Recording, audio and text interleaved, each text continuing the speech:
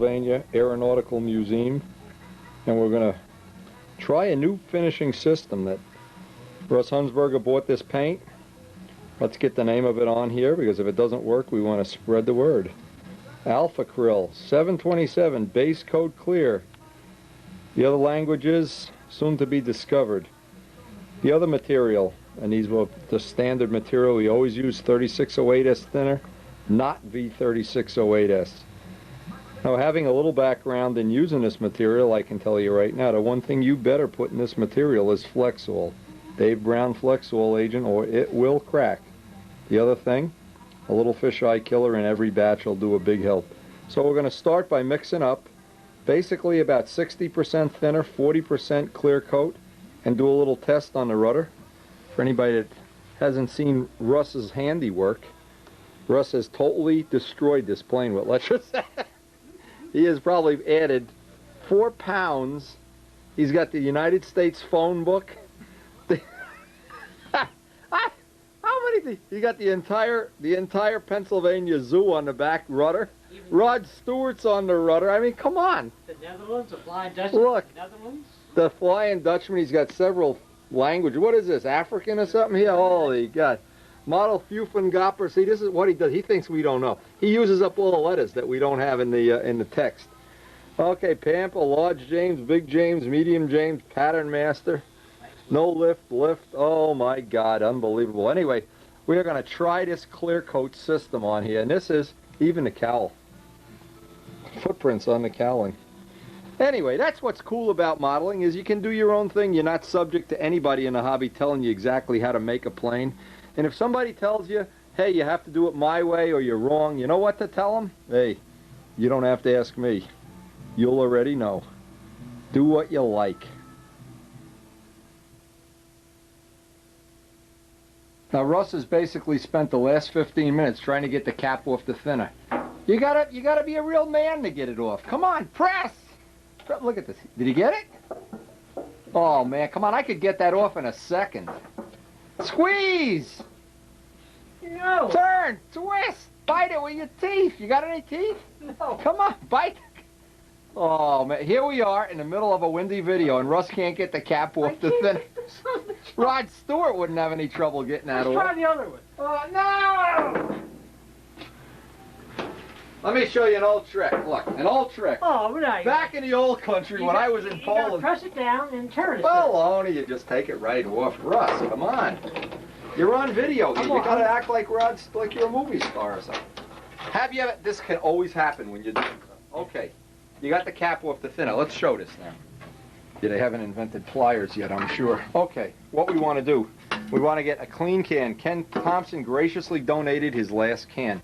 We want to get some way of estimating, because we need about a quart of material. Okay. Now, if you wanted to, you could easily mix a half a gallon. You're going to have too much material. We like to mix 2 pints of material and maybe 2 pints and a little bit more of thinner. What we need to do is find a clear jar. I'm sure we don't have a clear jar. There's no point even looking. So I think there's some over there. Martin's graciously donated these cups. Everybody's donating things. You ever notice we never buy anything? Like a scam artist. But what's nice to do is if you start with acrylic lacquer is not dope. And if you put too much acrylic lacquer on a plane, you're really in big trouble. So we want to kind of look and see how much we have. We'll meter out just a little more thinner. Maybe 2 of these will be enough, 3 of them. But for sure, when we wind up with, we don't want to wind up putting more than a quart of this on. Okay. If you put more than a quart of this on a plane, it's going to be too heavy. Okay. And you never want to spray this 50-50. You always want more than that amount of thinner on there. This is good material. I used to use this on bikes a lot. If you're just guessing for the first time at a ratio, a good ratio is, for a big size plane, we got 32 ounces of acrylic and 40 ounces of thinner. We need to put Flexol in. You need to put at least 2 or 3 spoonfuls of Flexol in and a couple of drops of fisheye killer. 1 drop. Is that it? 1 drop. All you need in there. Damn. And you need to put a very predetermined amount of this stuff in. 1 cap? About. Roughly. That's the way I've always made it. That'll get us going. We want to do a little test and see if we're close on the thinner. See, what everybody really wants is like a magic formula. You don't do a magic formula. What you do is you go do a test. Is it too thick or too thin? If it's too thick, it'll have orange peel. If it's too thin, it'll run. You want to be somewhere in between when you paint at 25 psi. 20 is even better, 15 on a nice day like today, although it's a little cold. Okay, the drip consistency. You could buy a thing called a, whatever they call it. Viscometer? Yeah, a viscosity meter. It's a cup, and it measures how long it takes for a certain amount of material. You get to do it by eye. It's plenty good for modeling, believe me. To get this stuff on acrylic lacquer paint's much easier than dope. The downside is it's very tempting and easy to put too much on the plane. That's the downside. If you look in a gallon can, this is the amount of material. It's basically 8 ounces more than a half a gallon. But only 1 quart of this is actually the paint material. And it's so tempting. This material goes on relatively thick, 3 times thicker than dope.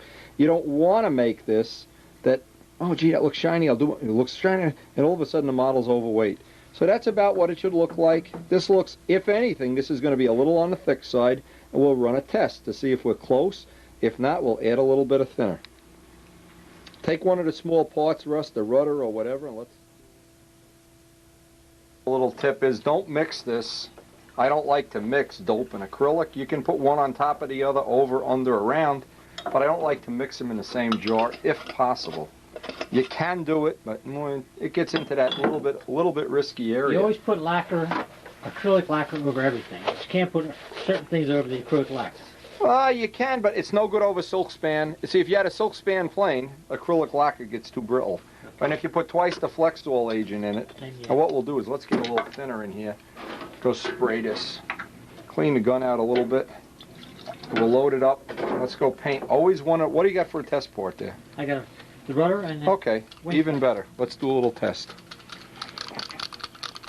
Before you do anything, clean the gun. Got no pressure coming out of here yet, my boy.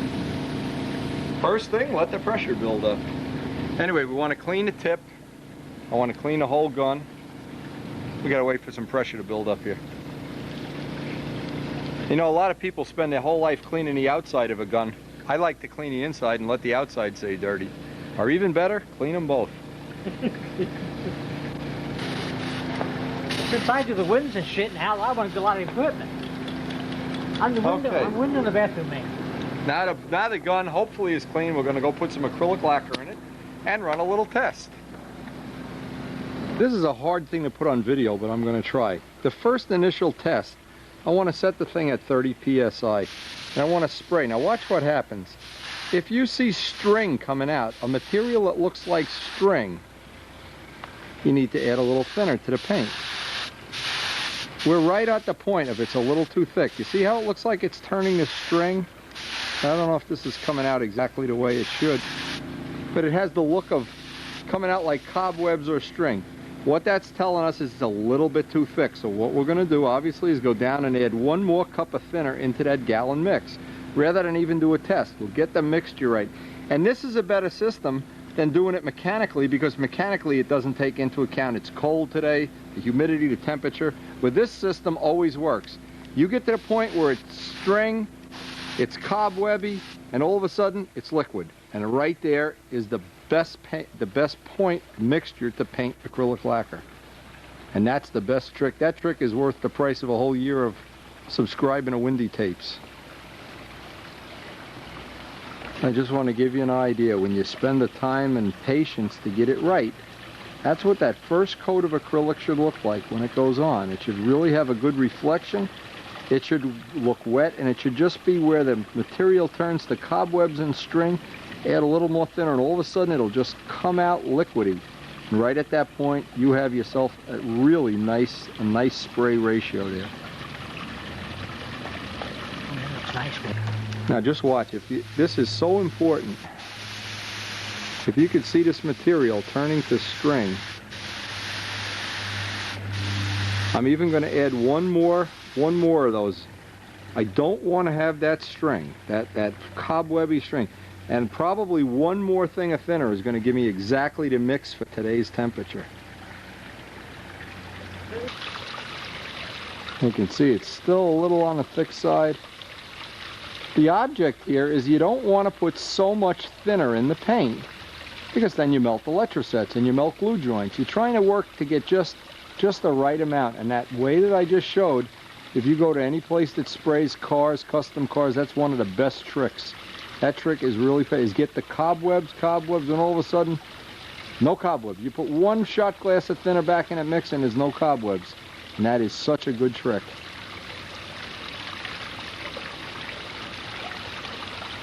Now, if you look at the mixture now, hard to see because the wind is really blowing, but it's basically just liquid material coming out, and we're right on that razor edge. Any thinner than this and we risk getting runs. Got another part there, Russ? Yes, sir. All right, let's try another one. Let me use the sun to handle it. Although it is coming out. Oh yeah, it's flowing now. Now you got it.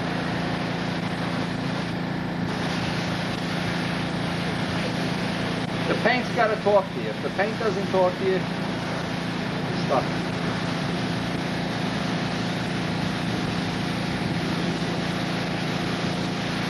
Unlike dope. So you don't want to do this with dope. You don't want to get this going on shiny like this, because then you know you have too much thinner with dope. But with acrylic, you can put it on basically in 1 or 2 coats. I always say we'll put 2 coats on the plane. That'll keep it nice and light. This is probably the lightest PM that's ever been made that I know of. Probably lighter than Barron's.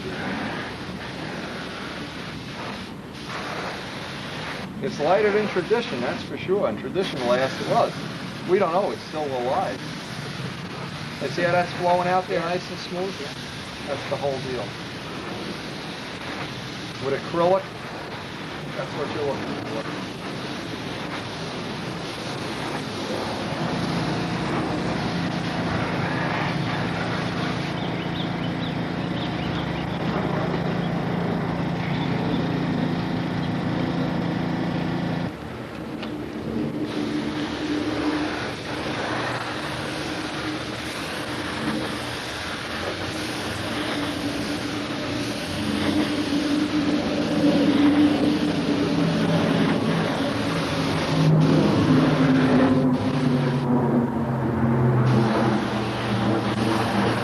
What's nice about doing a take-apart airplane, not take-apart, but you don't have the flaps glued on to the last minute.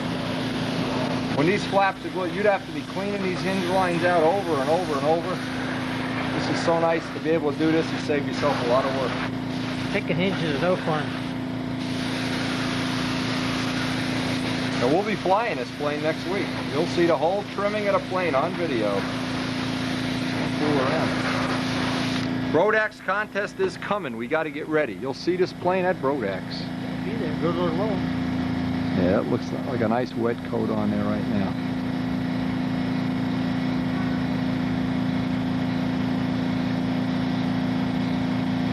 I'll do the back first if we can. Let me get some of this. Oh man, don't you love this cord? If there's one rock in a whole yard. Yeah. Oh, look at this. It's like when you wash your car. Oh, God. If they could make a hose that didn't hook on rocks. You always get stuck under the wheel. This is the real world of painting, by the way. Okay. I want to do the bottom and the back first, so turn it over. Notice how Russ becomes the human stooge. Like a full verse. Oh, God. Okay. Turn it so I can candle off this on. Close your eyes. You just go ahead and spray. I'm fine. We lose more stooges this way. It's going on real nice. I'm the 3 stooges. The other 2 he killed. Okay, let me do the other side. Just grab that wingtip and you'll be fine. You don't need to tell me. The other 2 stooges have empathy or something. Famous last words. Don't worry, Russ, I got it. Boom. How many times Vigilante and I did that? Oh, man. After You got it, Dave? Yeah, I got it. Right. We were picking dirt out of it for half an hour.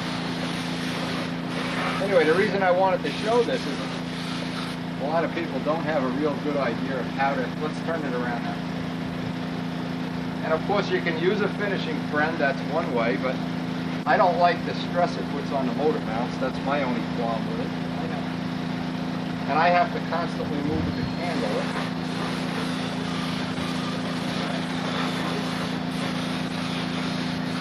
The Frudelmeyer That's done Steve the Julia still owes me money. the Carl Rush supplier. The Frugalmeister. Dwayne Rothman, your check bounced at the bank. Oh man, can't have any fun at all with this. Let's go to Stuttgart. Yeah.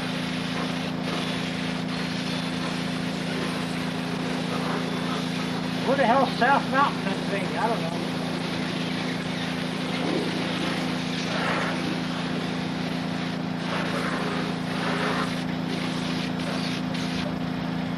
Okay, I gotta get some more paint. Okay. Can I hold it just like this? Yeah, just hold it up to the sun.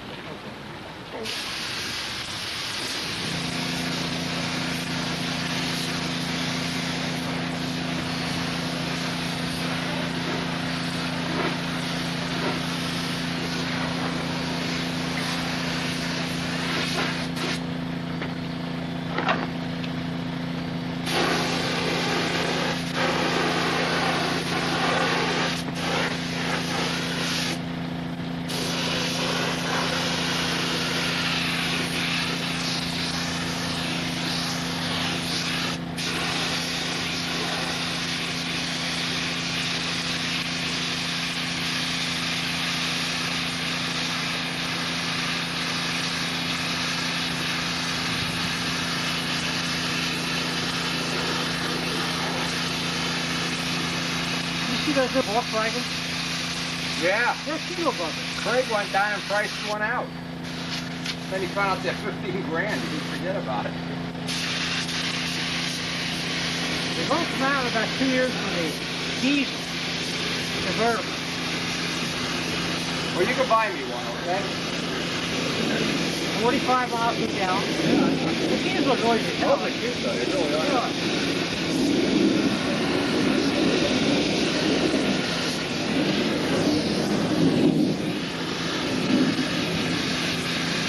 One thing good, this mix isn't melting electric sets at all. Not have a single melted electric set. You got a couple of mine here. The vinyl graphic, something hurts up.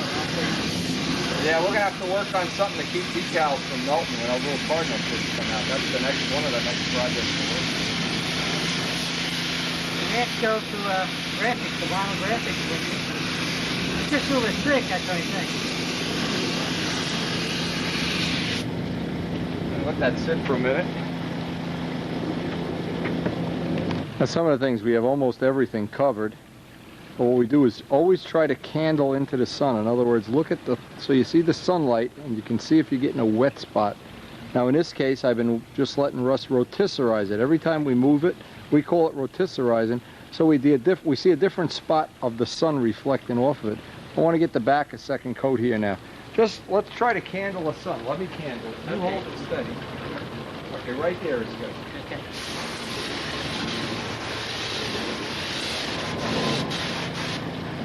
There, when we see the other side. There you go, right there. Good. I want to reflect off the sun right there. Okay. Let me get the lead up, let me get the whole back.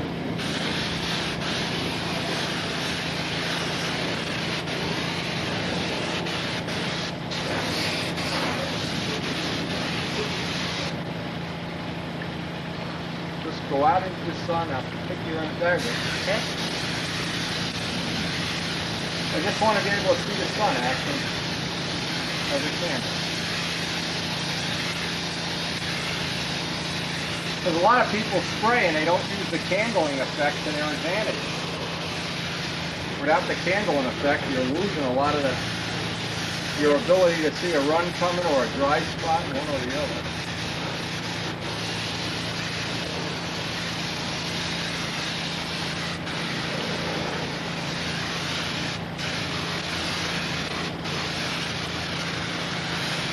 I always try, let me see if I can get the other wing down. Always try to get a lot more on the top than on the bottom. I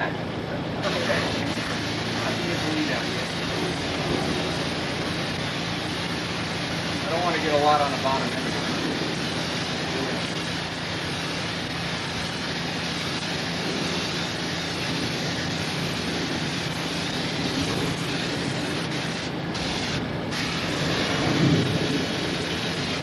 I just rotisserized it just a little bit. Let me get the back. Oops.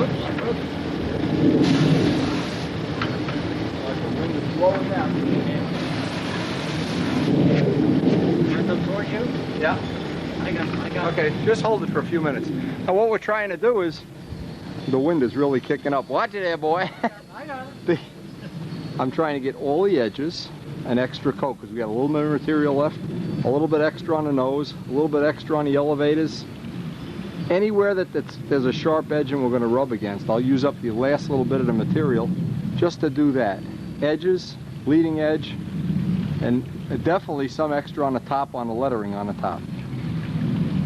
Now we'll let this coat kick off and then we'll do whatever's left of the material up on the top. Okay. I want to get some on the top. Just basically, let me get my finger in the nose ring. Okay. Okay, I got it. All right, handle away. Hold it like that. Now like this? You got the lead outs? Yes, sir.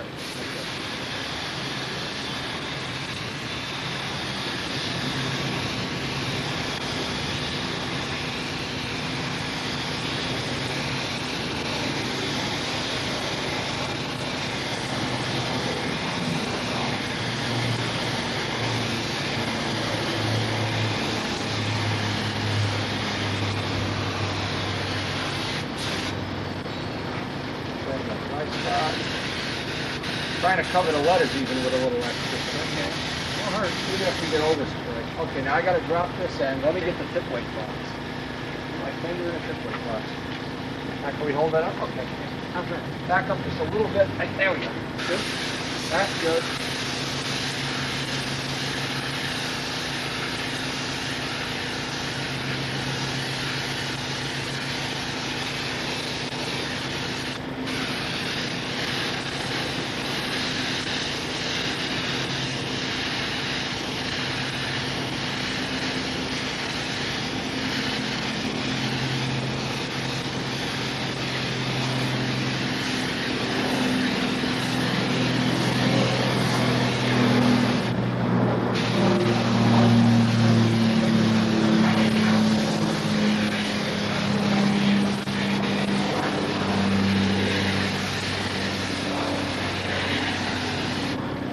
Got it? Sir. Okay, pretty good. What we're even going to do is take a reel, because this will be the reel with the lines that always stays with the plane, and a handle when we go to trim it out. I'll put a couple coats of clear on the reel even though this is an old reel, just to dress it up.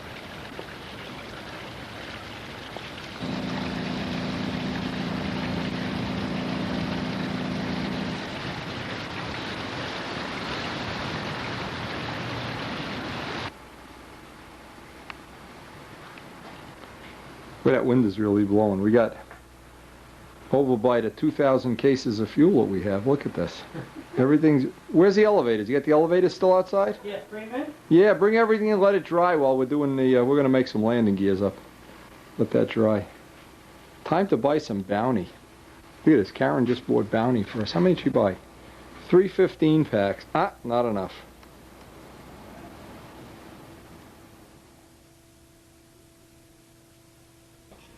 What we're going to do, we save the cowling for last, and we want to try this. We want to try a real test. This is material we got from John Pothier. This has already been on one of the videos. Part A and B, catalyzed urethane clear coat. The urethane is called Marhide Multipurpose Urethane Clear, and the catalyst I've enclosed is one of 4 intended for different temperature ranges. It's Marhide Overall Activator Reducer. The former company name is Bondo Marhide. From their product line, it appears to be the Bondo company. Mix ratio is 4:1. Well, what we're going to do, he says this buffs out beautifully, by the way. So we're going to have a real good test here, because we got nice little amounts. We're going to measure them out 4:1 on a grain scale. First we weigh a cup, put in the hardener, and then put 1/4 of that amount, or 4 times that amount of the clear material. Right. We want enough to do this, and if we have any left over, I'll shoot up a couple of props.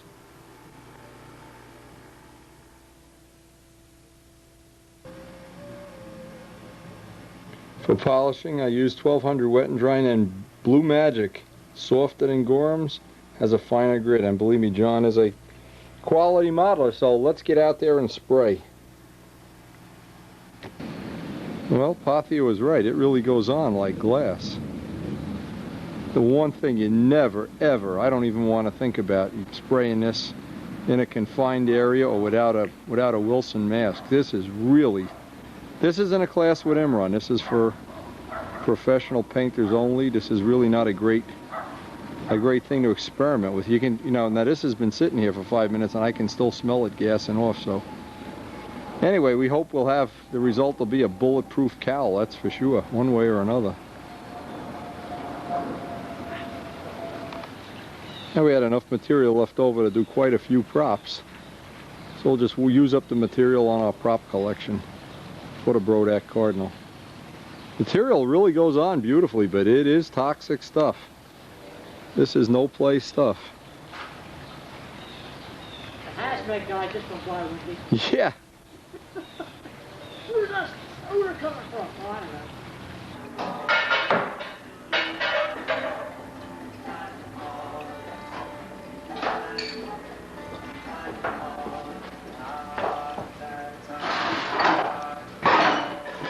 Now here in the wonderful world of Ken has a new baby fish.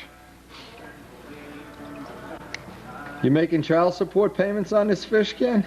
Well, I'm cleaning up after. He looks cute. All right, a little overview. Hey, we haven't seen Ken shop in a couple of weeks.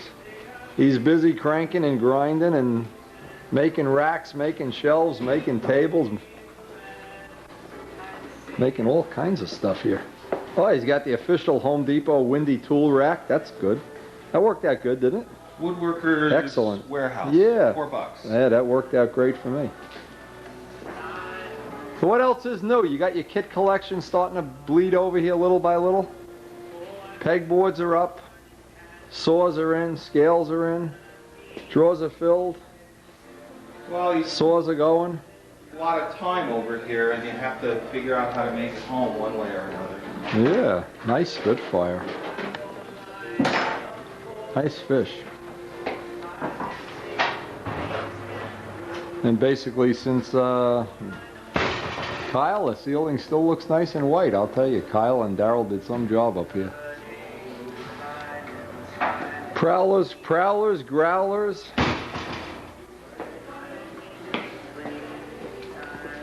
What happened to the old TV? The TV got whacked? No, we just tore up the shop yesterday, so Oh. it's up here on the it's on its way out. You can't exactly collect warranty It's a work, different huh? TV. No, it works good. It's just too big. Nice little attachment for the Ryobi. Is this a commercial thing, or did you improvise this, Ken? The Ryobi, the little thing to hold the Ryobi cable up? Made it. It's a It looks nice. it's a mannequin stand.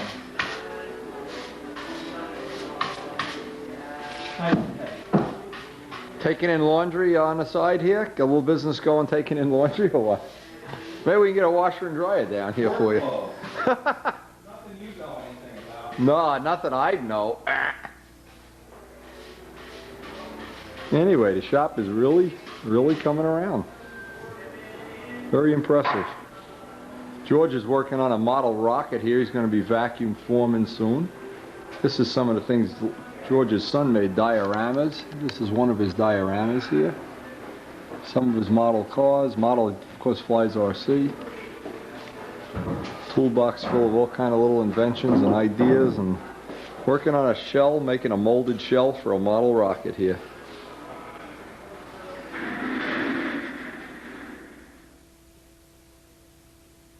Now, George has been doing some experimenting with this Opex lacquer primer surfacer, and he's real happy the way it's working out here. Real happy. We'll probably get a little bit of this from him and do a little test for our purposes, but he made a nose cone somewhere. Oh, here it is. Had a nose cone done up in that auto primer. It looks like it covers real nice. Fills it. This would be a good idea, Banjack, by the way, for your canopy mold. That's the kind of finish you need on the original master plug. Anyway, it's wild and woolly. So we're going to go do some work.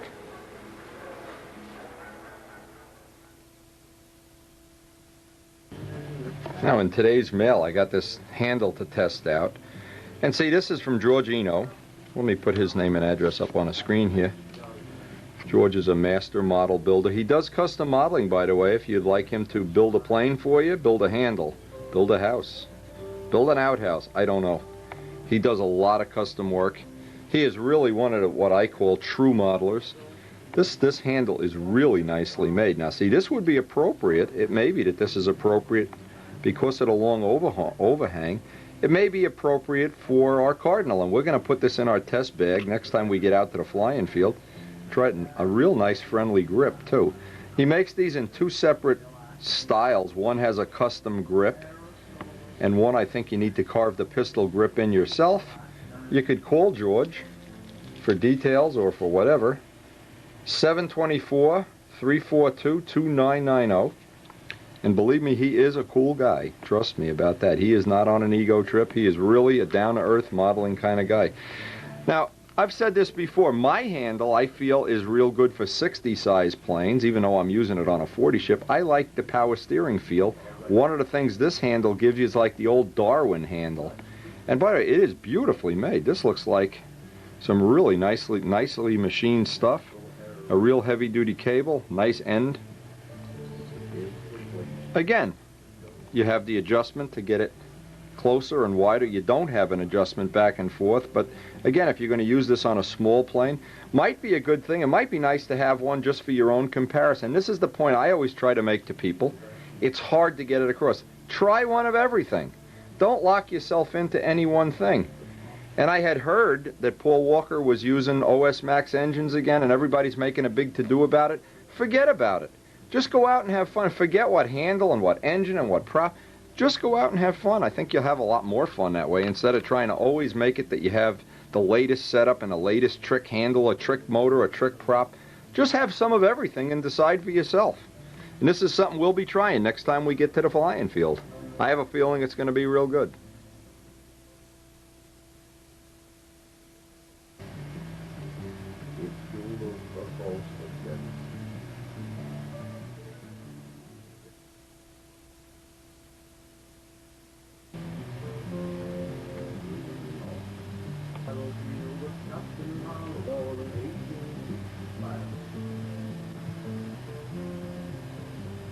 Now this was a little test we did while we painted Russ's cowl. I had some of this material. This is that Imron-like material that John Pothier sent me. And just as an example, if you look at this, just to take one at random, you can get an idea. It's a real durable. I mean, this is really some gloss, high gloss finish here. Now what I want to do is I want to give this, I gave it 2 days, I shouldn't say. I wanted to let it cure out, and I wanted to try buffing it out. One of the things John had mentioned is this was a buffable material. I can tell you a couple of things right now. I had this drying out in the garage. You couldn't walk in the garage the next day. The smell is still out there. This is some potent stuff. And I really don't think it has a, you know, it's not like a generic modeling thing, but it's nice to have it. For an example, a cowling, wheel pants, propellers, spinners. Things that take a tremendous beating. But if you use this material, for sure, you want to wear a Wilson mask. You don't want to spray this, and don't even think about opening the jar in the house. But it does have a place in the hobby. It does have a place that we can put it to our advantage.